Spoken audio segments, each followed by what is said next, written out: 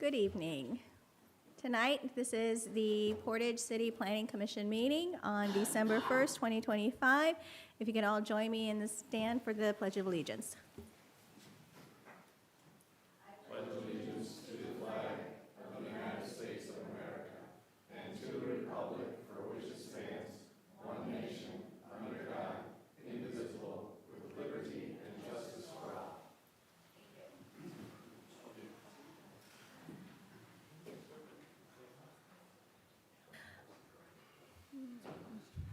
Mr. Secretary, can you do roll call to see if we have a quorum tonight, please? Jim Wiseman is absent. Melissa Weidenbach. Here. Brent Wright. Here. Carissa Childers, absent. Sam LeBoy. Here. Deb Ekdahl. Here. Denise Little, absent. Victoria Vasquez. Here. Victoria is stepping in as acting president. Thank you. Alonzo Garcia, I'm sorry, Alonzo. Here. Thank you very much. Now, if everybody has a chance to look over the minutes from November 3rd of 2025, do I have a motion to accept the approved minutes? Motion to approve the minutes. Second. Thank you. All in favor? Aye. Aye. Any opposed? Motion carries. Do we have any reports of officers and committees tonight? No reports, but we do have on the agenda today the tentative plan for commission dates of 2026. Did everyone have a chance to look them over? Mm-hmm. And I would need a motion and a second and a vote to adopt these. Okay. So I move to adopt the proposed dates for 2026. Second. All in favor, please signify by saying aye. Aye. Any opposed? Motion carries. Thank you. Today, we have a new business for RCJJ Development, LLC, care of Chris Salatas, number S-06-25. Good evening. Good evening. So what we have here is the secondary plat, or final plat for the second phase of Bauer Farm, Phase 2, which is a 84-lot final plat, mostly along Paddock Street. And Paddock Street and Colt Avenue. The infrastructure that is in has been maintenance bond, and that which is not has been performance bonded. Both bonds have been accepted by the Board of Works at last week's meeting. I have the surveyor's affidavit as per the staff condition/recommendation. So the only thing that'd be left would be approval and recording at the county. Thank you. Do we have any questions from the board or any comments from staff? No comments other than we've accepted and approved all bonds. And this is the secondary plat approval for Bauer Farms, the Phase 2, correct? I may have missed that part. Correct. Okay, thank you. I think my only other question would be if, and I know Denise is not present, so if the acting president could sign the Mylar so they could be released tonight, so that way I can get them to county first thing tomorrow. We can, as a board, make a motion to approve Victoria to sign those as acting president, so that would be a separate motion. Do I have a motion to allow me to sign the necessary documents for Bauer Farm to move forward? I'd like to make a motion to allow you to sign the documents needed to move forward. Do I have a second? I'll second it. All in favor signify by saying aye. Aye. Any opposed? No. Okay. So we have aye. It's 5-1. Okay, So that carries. motion carries.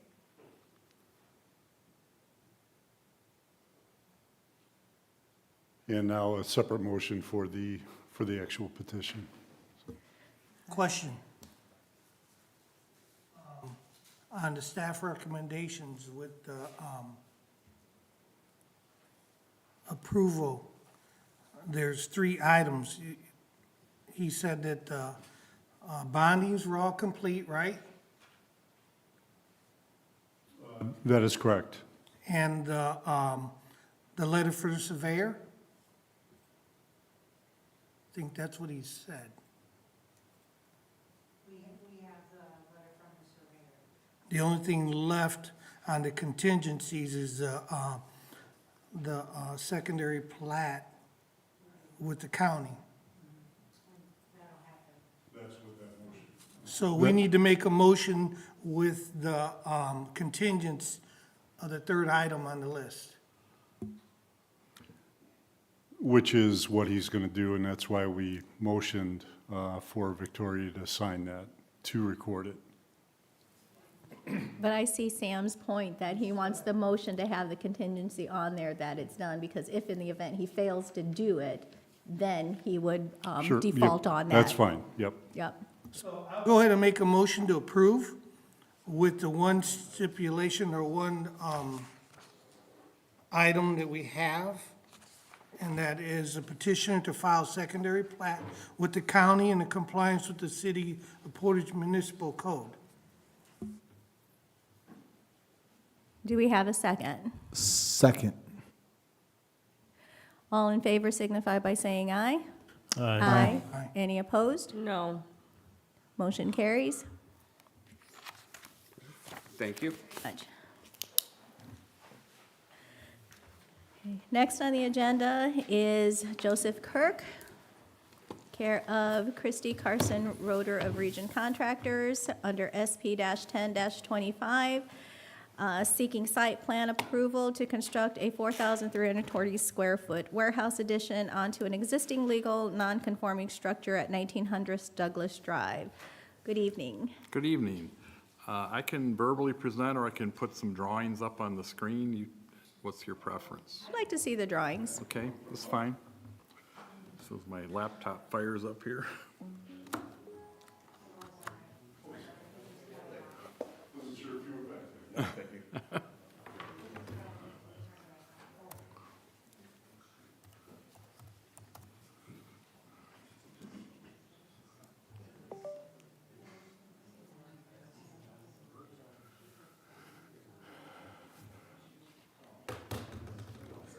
Thank you.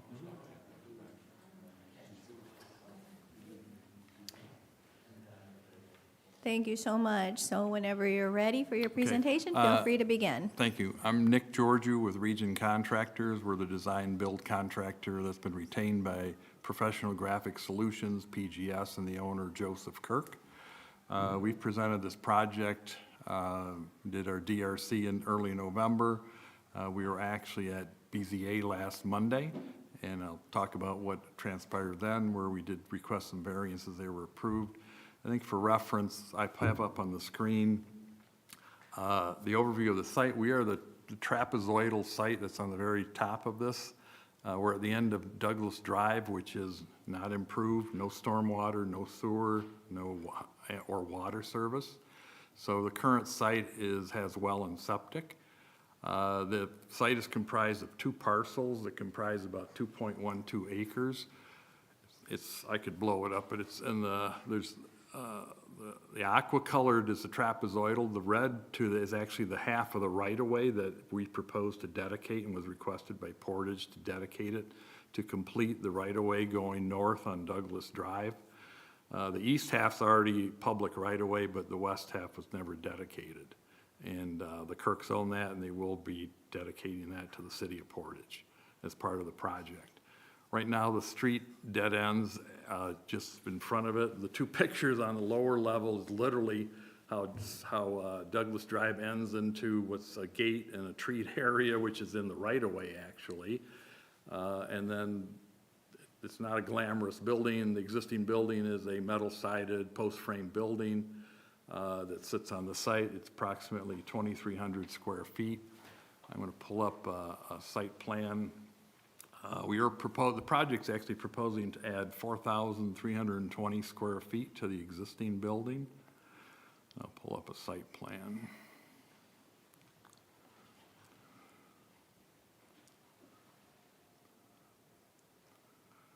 This one.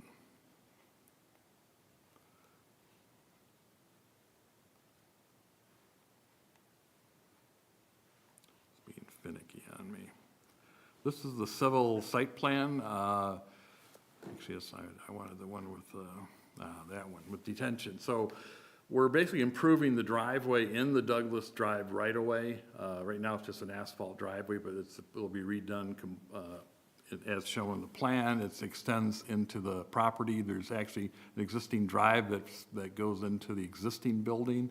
We're extending it farther north in the picture, and then new parking lot and paving with ADA parking, sidewalks, et cetera, on the on-site part of the project. And then to the immediate west is the proposed expansion of almost 4,300 square feet. The total building would be about 6,628 square feet. Because again, they do have an existing well that's operable. The septic will be replaced and removed. It currently is in the path of where the existing expansion will go. It's shown to the far west here and for the septic system. Soil Solutions is our septic designer and engineer. They've already submitted all the paperwork downstate. It's been downstate now for probably 30 days. He told us it'd be there for at least 45 days. And so it's in process. We don't have the permit yet for the commercial septic. But that has been designed and in process downstate. And obviously paperwork be submitted locally in the city, et cetera, with the health department relative to that. The site is very flat. It's approximately only slopes 3 feet over the whole distance from east to west. Sheet drains from south to north and then east to west. So literally, there's no storm sewers because it naturally grades. You can see a detention or a drainage swale shown up on the north part that goes to the detention pond up on the northwest corner there. As part of this project, when we initially met in the pre-application meeting with the city, we identified a variety of variances required. We did eventually follow through with that. We presented at BZA last Monday. All 4 variances were granted. One of them is a side yard variance, just as a back, this is zone BP. I don't know what it was originally. Most of the buildings there have closer side yards than what is normally there relative to that. But we propose to just line up the building expansion with the existing building, but that would cause us to seek a variance for the side yard. The new requirement, I believe, is 35, and we're 20 feet. That was granted at BZA. At the far left end or west side, and the thing is a notation that says gravel drive on here. We requested a variance for that to be allowed to be gravel, and the main parking and employee parking is all pavement. Their business is actually graphics, display, et cetera, and vehicle wraps. So they actually get a lot of vehicles that come through there that they have to pull into the building or literally wrap the vehicles. There's very little public traffic on the site, but they asked for an entrance on the west end of the new building for literally if they have to pull a vehicle in for vehicle wrapping on that. So that variance was also granted to allow the gravel drive at the west end of the property. The existing parking was originally shown pretty much, again, it encroached in the new front yard relative to that, and we got a variance to allow us to park. The first 2 spaces on the east end of that parking lot are actually what would have been the front yard, but that variance was granted also. And the parking lot, again, because of drainage issues and sheet draining and simplicity, we asked to waive curbs on the parking lot in the site proper, and that was granted also. There were 3 contingencies based on those waivers being granted. I saw that it's in the documentation that Dina attached in the paperwork in the report. I'm looking at my other comments here. I'll briefly show. It's a pretty simple, straightforward building.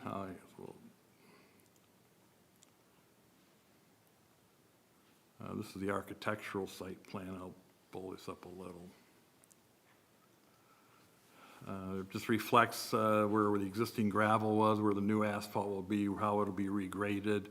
We did provide a required dumpster enclosure in accordance with the city's requirement. The building addition actually will have a mezzanine and an enclosed area for printing. Again, they actually want to climate. This building is fully air conditioned because of the printing and the graphics and the vinyl and the products they use relative to that. And then obviously, as I said, they pull vehicles into this to serve or to put the graphics on and the detailing. It's a pretty simple, straightforward building. It's a post frame addition, metal sided with a 2-color or colored wainscot and then regular color above. Go back to the site plan real quick, see what my, Turing Engineering, he couldn't be here tonight. Hopefully I won't have to answer any civil questions. Stormwater and drainage was submitted, SWIP was submitted, all those items were submitted and approved. We went through 2 rounds of reviews. I think we had some minor ones on a 3rd round. I was told by our civil engineer, we did do soil borings on the site. The site is almost all sand, different types of sandy soil. We've not had any issues with soil percolating down. Stormwater drainage, he told me that there was excess capacity in the detention pond. SWIP submittal was submitted, proposed, and then that, relative to that. Like I said, we're doing new commercial septic. And again, the intent is to propose or to dedicate the 30-foot parcel to the city for new right-of-way. Our follow-up, we know we have to go to Board of Works to talk about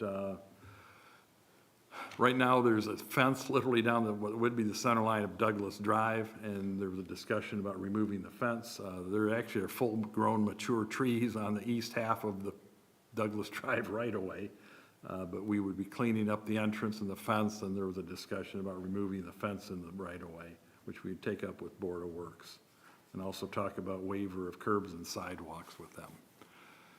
That's our project. Thank you.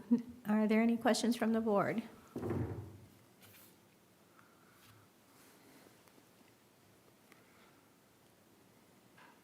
Any questions or comments from staff?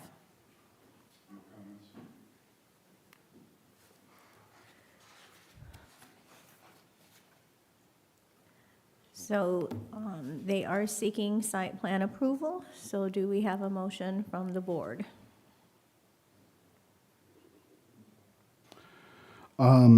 I'd like to make a motion to approve SP-10-25 as presented with all the contingencies as stated in the staff report. Thank you. Do I have a second? I'll second that. All in favor signify by saying aye. Aye. Any opposed? Motion carries. Thank you very much. Thank you very much also.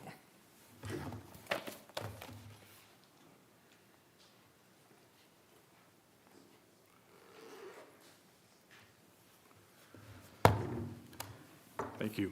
Thank you.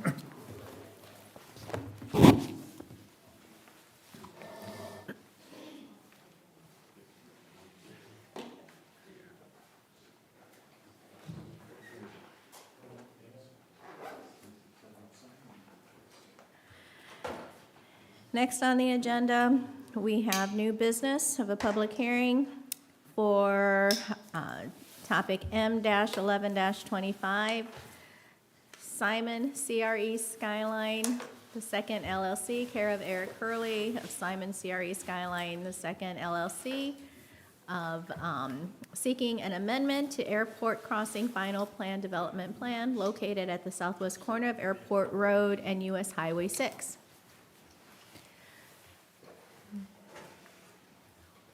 Good evening.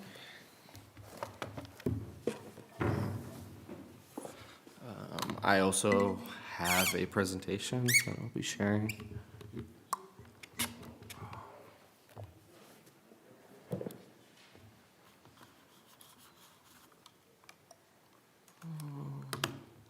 we go.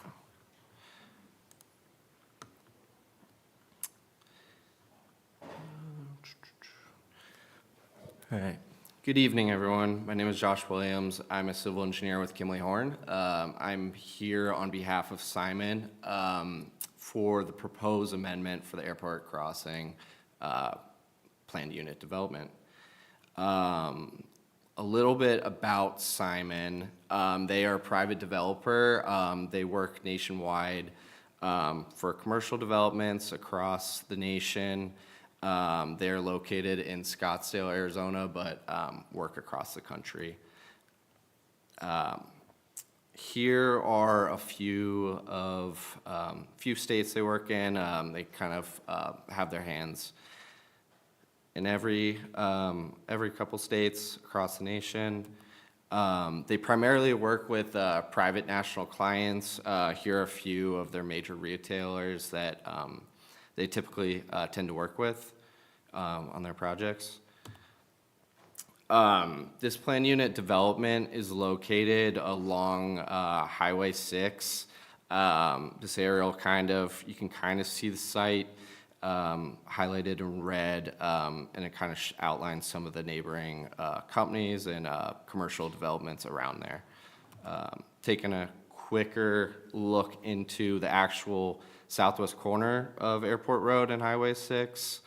Again, you can kind of see, I'll zoom in a little bit more in the next slide, but these are the neighboring commercial properties and companies around there, and it's just south of Highway 6, west of Airport Road. There are a couple outlots a part of this plan unit development. The primary one that is ongoing right now is the BJ's Wholesale and the BJ's Fuel Station. That is frontage along US Highway 6, and there are also a couple outlots that are for future developments. A part of this plan unit development, there is a requirement to go through the ACAC, that is the Airport Crossing Architectural Committee, for all zoning and architectural reviews. And so part of this BJ's Wholesale development process, they have already gone through this ACAC approval. This amendment is being requested for the future development outlots so that they would not have to require to go through the ACAC approval, but that would then, it would not be skipping the approval, it would be for the city of Portage to review the zoning and architectural items. So if approved, the city of Portage would complete future reviews for all the new developments within the PUD, rather than the ACAC. And then again, reiterating, the BJ's development is already gone through the ACAC process, and would not apply to this new amended approval for the plan unit development.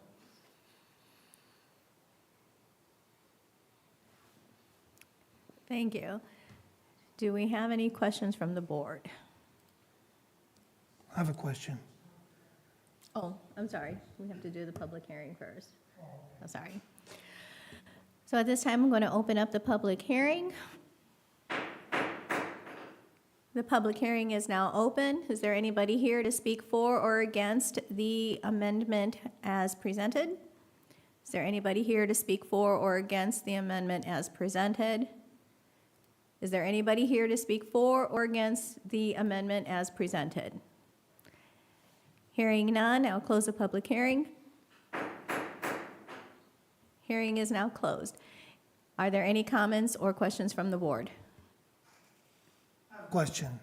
I don't really understand this whole concept, but from what I'm looking at it, does the ACAC, have they been notified of these changes that are being, the amendments that are being made? Yes. So it's all been approved by them? No, they are notified of tonight's request. I don't believe they're here to remonstrate or to be for it, so I don't know how they feel, except they're not here tonight to tell us, after being notified. What is staff recommendation for us to go forward with this? Well, as far as a request like this, there is no documentation that was, we couldn't be provided any documentation from the original developer in, the PD of how the ACAC is put together, who's on that board, who is making these decisions. There's no documentation.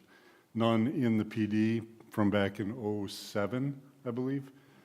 There was none in the PD, and there's none that the original developer, that retailer, that big box store can provide. So I don't know what the ACAC even consists of, so. And I think to a larger extent, the city is always still approving. The city has never relinquished any of its underlying authority to approve or make changes to the PUD. This was always a secondary level beyond the cities. So this, the city itself isn't losing anything because we never gave anything up to begin with. This was just a process made up within an easement agreement to have some approval within it. That at the time probably made a whole lot of sense in 2007 under different circumstances. Now here we are, the circumstances have changed to the extent that a purchaser of the property is here asking for the PD to be changed. The original developer of the PD is not here remonstrating. We don't have to worry about somebody coming back later and get us on litigation to this commission. No. I see this a lot in real estate because like somebody will start a development and they'll have all these rules and codes in, and then it naturally kind of dissolves because maybe the development takes too long to finish, so they walk away and wipe their hands. And so they don't want to come back and deal with anything, you know? So, and really the city would have to approve it. Like, basically this committee that was formed, it doesn't even show who's on there, so anybody could be on there that works at Kohl's. And so they don't want to pay somebody to review stuff and ordinances when the city does it. You know what I mean? HOAs have it a lot. If you want to put like for a housing development, if you want to put it in a shed, they have to approve the design and the structure of the shed, right? Doesn't matter if it meets the city ordinance, it has to meet the neighborhood. But the rest of the neighborhood's not done all in one shot, so it doesn't make sense to keep that, in my opinion, because I spent a lot of time on this because I was stuck on it, but it doesn't really make sense to even leave it open. Because the city has to approve everything. It's going to have to meet the ordinances. Otherwise, they'll have to get variances. It still goes to all of you, so, and staff.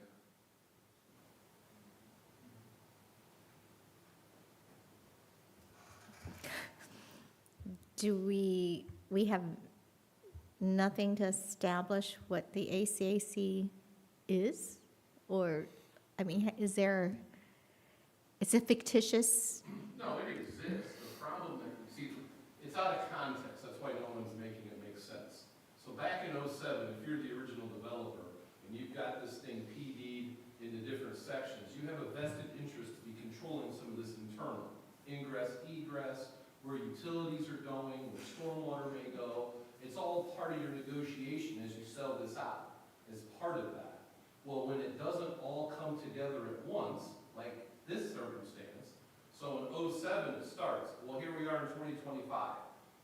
So the original PD developer, who was the single owner of it all, who created the PD, of course, we're happy with a PD that didn't necessarily tell us, when we say we don't know who the ACAC is, the document doesn't say it's the vice president of Santier, the vice president of this place, the vice president of Kohl's. It just says a committee exists and that the committee reviews these things. Well, so now it doesn't there isn't any conceptual sense to the double overlay of approvals. So instead of going through that process, they decided to come in and go through the process to amend the PD itself to remove the ACAC. And again, I would state, because the original property owner or the person that would have rights to the ACAC, they're not here tonight after having notice. So if there was some extreme, we haven't gotten any calls or any such. So if there was something of significance that would have probably been dealt with at the purchase before Simon purchased, or in this case now, we're cleaning it up and that's why they're not here and they haven't communicated an objection to us one way or another. But from their standpoint, it takes away this floating uncertainty. Are we going to have a problem with the ACAC? We don't know. Have we had one so far? No. But from their business standpoint, from their transactional standpoint of trying to get this deal closed and move forward, they can't have that uncertainty. So ultimately, what we're getting rid of is that uncertainty. No other standards are being downgraded or watered down. thank you. You're welcome. So now we are seeking a motion to approve the amendment to the airport crossing final plan development plan. I'll make a motion to amend the airport crossing final plan development plan. Do I have a second? Second. All in favor signify by saying aye. Aye. Aye. Any opposed? Motion carries. Thank you very much. Thank you very much. Are there any other matters that may come before the Planning Commission? Gentlemen, gentlemen, gentlemen. Gentlemen.